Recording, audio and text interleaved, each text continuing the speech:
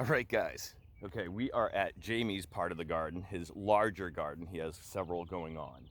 And we're going to give you a quick tour here. This is going to be great. Mwah. Show us some love and hit that subscribe button. Remember to hit the bell icon to get our latest videos every week. Before we get started, I'd like to apologize for the sound quality of the videos. For the upcoming videos, I'm going to be getting this wireless microphone system. And so our garden quality videos will come out much better with that. So I'm asking our community to donate in the PayPal description below. And let me know who you are and what you donated so I can give you credit on upcoming videos. Now, let's start. All right, so you're going to go through some of what you have going on.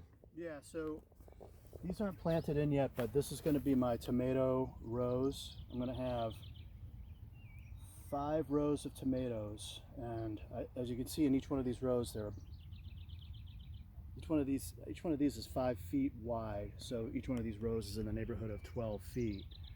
And I was going to really push the envelope this year and try to get 11 plants in here, but I backed off last minute and I'm putting 9. So did you make this rebar or did it come like this? Well, made it. Okay, you did make it. And so that's to trellis, correct? It is. Yeah, that's a beautiful setup though. These are 20-foot lengths of rebar, Yep. and they're Gonna give you a nice shot of that, guys. so we heated these up here at the 5-foot. Yep, bent at them. 7 feet in, 7.5 feet in on both sides. So it's 7.5 feet tall. And then just tack welded washers on? Yeah, we tacked washers on. That's So great I did a though. batch with washers, but then I realized that because I realized that I didn't need the washers to tie it off effectively. Oh, right. Okay, because it has the grooves. It So has the grooves, it holds on. so it holds on to it nice. And it only has to hold on for a season. So this was overkill. So I think I got 12 with washers, and then the next batch I did. Yeah, look at all that. So theoretically, That's a great idea though. Seriously, cheap idea, guys. 5 by 7.5 tall. Countersink them 18 inches. They become 5 by 6 trellises.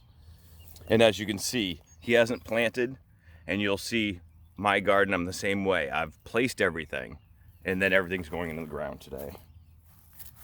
So these are all tomatoes, I take it? They are. Yep. And so you have 1, 2, 3, 4, 5, 6, 7, 8, 9 in this first row. 9 in this Nice. first row. And I'm going to do 9 in this next row. And he has several varieties, guys. We're going to go through that sometime in upcoming videos. We're going to try to tackle different things like to trellis or not to trellis. We're going to tackle things like microgreens. We're going to tackle things like what our grandparents and parents have taught us about gardening. So hopefully you guys can pick up some tips here. But this is his second row of tomatoes. And how many starter tomatoes did you end up? Because he has a starter grow area down in his basement. And how many did you? I think I counted north of 160, I think. Dudes, that's a I think lot it of was all in tomatoes. with all the plants. Oh, I wow. started these peppers over Whoa, holy cruelly. And that's going on this side, I take it. here. Yep. All right. There'll be rows 4 deep on this side, 18 inches apart. I see you have little cups over here. Mhm. And what are those? Well, the plants are all zinnias, so the border of flowers will be beautiful. Come Nice, July, and August. pollinators. And pollinators. Right, perfect, Yeah, perfect. It'll bring the honey. That's brilliant. And again, they have those tulips right there too. And deers don't go after that stuff? Or do they just, We don't get them through here. you don't get them? Guys, look at, this is all woods back here, and I cannot believe they don't have critters. Oh, nice birdhouse too. We'll have to check out the birdhouse. And again, this would be great to start. Like, I don't know if I'd want anything more than this. Well, actually, no, that's not true. I'd double it. Oh yeah. I'd want to double the size of it. Yeah. Totally. And we're thinking about expanding 20 feet that way All right. into that field. That may happen in June, July, but that's going to require. Yeah, what do you do with the sod? I don't. Dump it. Lay cardboard on top of the existing grass, Yeah. and then lay soil on top of it. No kidding. Yeah, that's what we did 2 years ago. And you don't have grass coming up through here? Well, we dug this out a little bit differently, but Okay. we did that technique to 5 feet over there. So 2 years ago, this was 5 feet skinnier. Skinnier, right. Okay. And we went out 5 feet, and I just laid down cardboard and then put soil on top of it. Brilliant. Yeah. Because the cardboard will biodegrade. Oh yeah. Right, and then you end up with just your soil. From what I've heard and read, any of your listeners can correct me on this one, but I've heard that the glue is, if not organic, it's biodegradable. So it's not made of. Well, it chemicals. makes sense because if you want to recycle cardboard, you've Yeah. got to make the glue biodegradable. Yeah. That does make a lot of sense. So Leave a comment in the description below, guys. Let us know if you guys know if that's a fact or not. that's from one farmer that I spoke with. He said in some of the experiments he did with cardboard, he found that the worm activity just blew up when they put cardboard down, Really? and they love that as a mulching technique. Wow, nice tip, guys. Nice tip. Now these look like manure piles. Are they, or is it just? Yeah, you're right. Yeah. This is manure right here. So each one of these, I've got 6 mounds, and that'll be for the cucumbers and the winter squash. And again, I take it that you're tying string up on these. Yeah, I'll show Yep. you the string. Yep, cool. In fact, we'll do a video of me tying one of these off. Yes. Okay, so you guys will see how you tie out these off. Jamie has a really good technique about doing it, and he has this really cool string that he uses, which is biodegradable. And so again, look for a video. You guys will see that coming up this summer. Essentially, the string becomes next year's tomatoes. Right. Yeah, that's awesome. Fantastic. How long have you been doing this? Gardening, Yeah. probably 15 years. 15 years, yep. I picked up a little bit here and there. Yeah, and I've been doing a container garden for about 6 years, but when I grew up, this is about the size actually of the plot that we had in my parents' backyard. So my parents got me hooked on it, and then I started container gardening, and I love it. And Jamie's hooked me up with my containers. So all the containers you guys see in my garden, he hooked me up, and all the tomatoes this year, he hooked me up with them. So let's dig a hole. All right.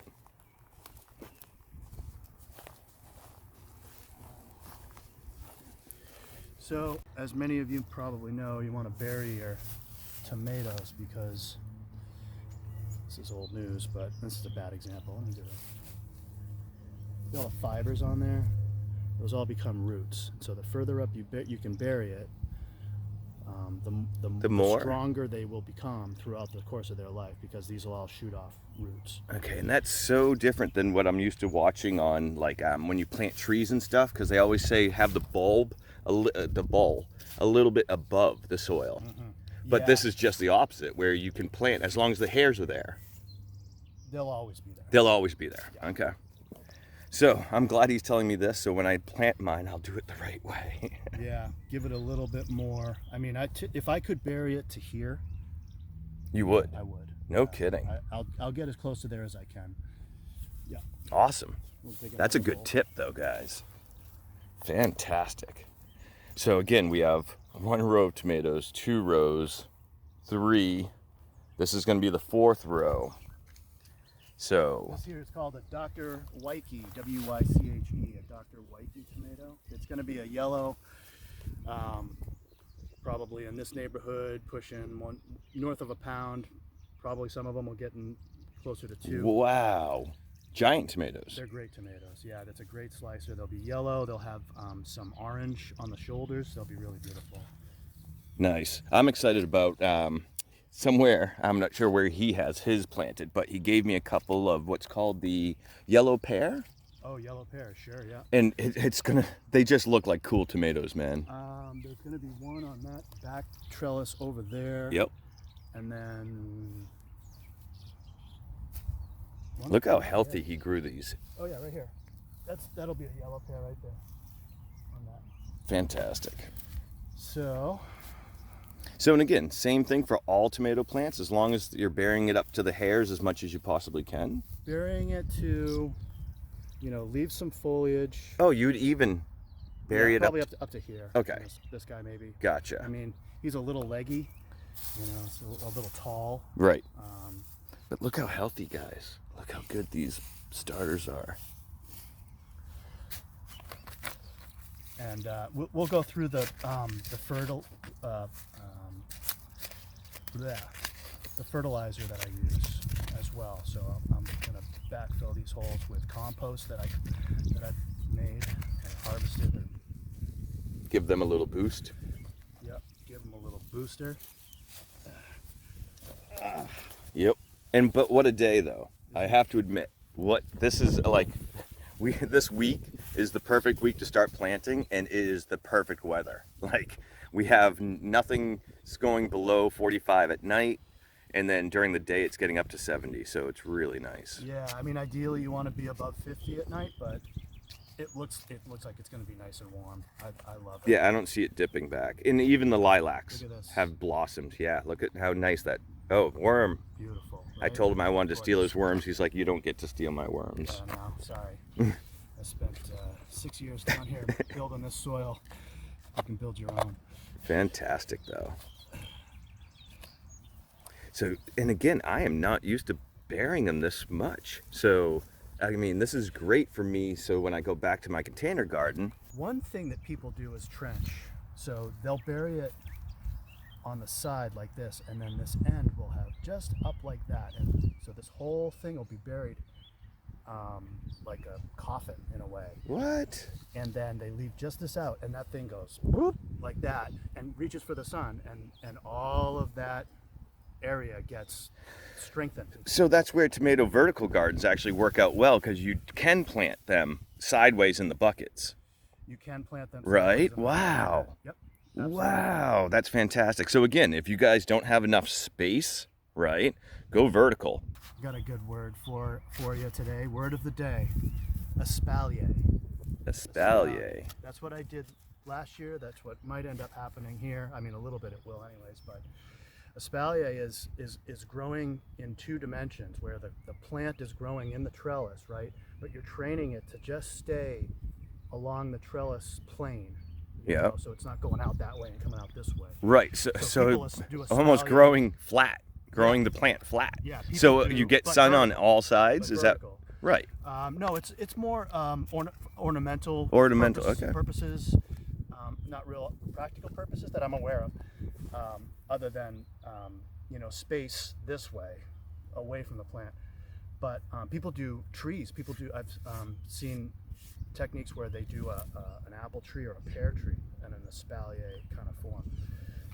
No kidding. Just a fancy word I learned last year.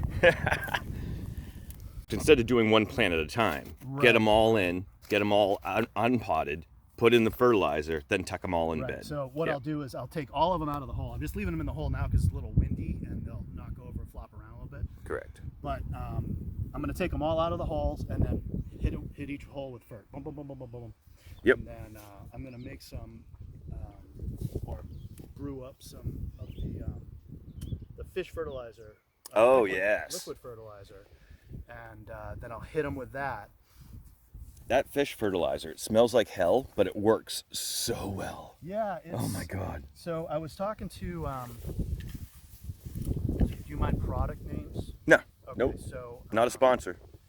that is Harvest. Neptune's Harvest is what it's called, and they came out with a thing called a veg, tomato veg. I think it's called. It's got a red label on it. We'll see in a minute. And I started using that a few years ago when they released it. And I've also got their standard stuff. I'll do that with the flowers and stuff. But I also use kind of a custom blend of granulated fertilizer, Espoma's Tomato Tone, which is Espoma's a brand. They've been around since the early 1900s, and they're 100% organic. And the blend that I use is a blend of Tomato Tone, bone meal, and Epsom salts, Mm-hmm. Yep. Epsom salt's another. Yeah. where it's 4 parts of the tomato tone, 1 part Epsom salt, 1 part bone. And I'm interested to hear people's comments about whether or not they believe bone will help stave off blossom end rot. That's the reason I use it. Blossom end rot. Yeah, blossom end rot. Because I've never heard of bone. I was thinking calcium or something for the soil. but I didn't realize it was going to reduce root. Yeah, what rot? Blossom end rot. Blossom end rot. Yes. I'm going to learn so much from him this year, guys. I hope you guys do too. So, have you ever had a tomato where the end gets like a mushy black? Yes. The bottom of it? Yeah. That's Yeah. blossom end rot. Oh. And bone is supposed to help that. And do you, Well, here's the thing. It's a calcium deficiency in the plant. so it is calcium. It is a calcium Okay. deficiency in the plant. You got that. You do have that right. Wow. So, what is happening is the plant, for whatever reason, is not. Oh, look at that guy! Isn't he gorgeous? Yeah. Best friends. Look at that guy. He wants to just. Yes. He wants to make me tomatoes. Look at all these guys in here. It's Oh, awesome. wow. Yeah, you got a ton of them in that one. Yeah. He wants to make me. And again, what's amazing is just having the container garden. I don't put worms in it, but all of a sudden worms appear. So Yeah. it's amazing. Like, wow. It's, and he had a good idea about actually collecting worms. So whenever I'm around soil and I find worms now, I'm going to grab them, put them in my garden. Yep. That place I told you about, Mark's Bait. I grew up. And you just go to the bait shop and buy. Well, I don't think they sell out of that, but any convenience, like 50% of the convenience stores Yeah, in Nashua sell have bait. that, and that's most of them sell Mark's Bait. They're on Brook Street in Nashua. Nice. And I grew up on Burritt Street, right around the corner. They own the house across the street from me on Burritt Street, and that's where they have their worm farms, is in the basement of that house. New Hampshire pickling. This is a determinate tomato, unlike any of these others, which are all indeterminate. And it means more than this, but essentially it means that you're going to get all of your fruit within a very specific period of time, a couple, 3 weeks. Really? Yep, and then it's going to be done. It'll puke them all out at you, and then it's done. All these other guys will keep going until they get hit with frost. Okay, that's good for me to know too, because then I can always convert that bucket into microgreens or whatever I want. Yeah, of Yeah. course. Yes. Yeah. So okay. So now I know that New Hampshire, what is it called? New Hampshire New pickling? Hampshire pickling. Yeah. It was developed at UNH in the late 50s and early 60s, and they wanted something that would be determinate, so that you could get all of your pickling items Done the at same once. time. Yep. Yep. And they come out about this big. They're pear-shaped, red, and savory, not sweet. They're like almost so savory, I would say, to a point where they're like a really good sauce tomato. Wow. But a cherry-sized tomato then. Yeah, So is it a bush? it is. Okay. Yep. So hopefully these peas will start producing before this guy gets uppity and really starts getting in their way. So, because I got this whole run of Right. peas over here. And that's what he's talking about, guys. Right there. He has the peas all running down there. And so what he's talking about, I'm pretty sure, is that the sunlight. You don't want to starve the sunlight from them. Yeah, and just crowd them out. Just Right. physically take over. These are Oops A and Oops B are up there. Oops, eh? Yeah, Oops is I know there's 2 breeds that I put in these, but I don't know which one's which. So these are going to be the same, but I don't know which same they're going to be. Those over there are going to be the same, and I don't know which same they're going to be. We'll find out in about 3 months. And we're going to be coming back, guys, every week or a couple weeks. And again, we're going to give you progress. He'll probably show us a lot of pruning tips, because I usually don't prune mine, and this year I'm going to, because again, Jamie's going to teach me a ton. This is awesome. Now, these, I'm assuming they're onions. They're garlic. Oh, that's all, guys. This is all garlic. Yep. They're huge. They're beautiful. I've tried to do garlic and I've never had it look like this. That's why they almost look like leeks. They're gorgeous, aren't they? Wow, It's all yeah. the same family. I think it's called Olilium. I'm not saying that right. So how big are these cloves gonna get? Giant? The biggest ones I got last year A little were smaller like than a fist. Like typical what you would see. Well, this might not be typical of what you would see at the grocery store. Yeah, the pretty ones. The hard neck ones. Yep. Yeah. Yep. Yeah, Awesome. and these all went in, I think, in September, October. I think it was October. And they are, I forget the breed name. They might be called Music. but they're good for northeast growing. And maybe that's what I did. I didn't plant the right ones. Yeah. I think, Oh, this is all garlic. I just noticed behind me, guys. This is a whole, wow. Jamie loves his garlic. Yeah, it's I was thinking about it last night. This is really funny. You know, I was thinking about how I've doubled the amount of garlic that I put in the ground this year. Last year I did basically one of these rows. One row, yep. And this year, I was thinking, double it because we blew through it. We went Oh, into seriously. the fall, and we got deep into the fall with it, and then it was gone. And we had to start buying it from the store again. Right, so no, double it, because Double it, you're but- not using, yeah, right. But what I didn't consider is my second daughter, both of my daughters now are going to be off to college, and they both cook with garlic. So there's gonna be less garlic gonna- cooking? It's okay, I'll get some from you. Don't worry, Jamie. So no. of Your course- garlic won't go to but waste. What I'm thinking is perhaps maybe I'll get into pickling a little garlic this year, and preserving it that way. What might be fun. I feel so lazy just sitting here filming you. I need a I- GoPro helmet so I have a can do jo- it. I have a job to do. You have a job. They're different jobs. This is fantastic. Yeah. So again, what we're gonna be doing is we're gonna talk about, probably in another video, we're gonna talk about each different type of tomato plant, each type of plant that he has going on here. And again, some tips, some tricks to planting, to pruning, to trusseling. So we're also gonna do some composting. Oh, my aching head. Look at these beautiful ones. They're just gorgeous. Love it. Jamie is worm happy. I am. Mwah. Show us some love and hit that subscribe button. Remember to hit the bell icon to get our latest videos every week.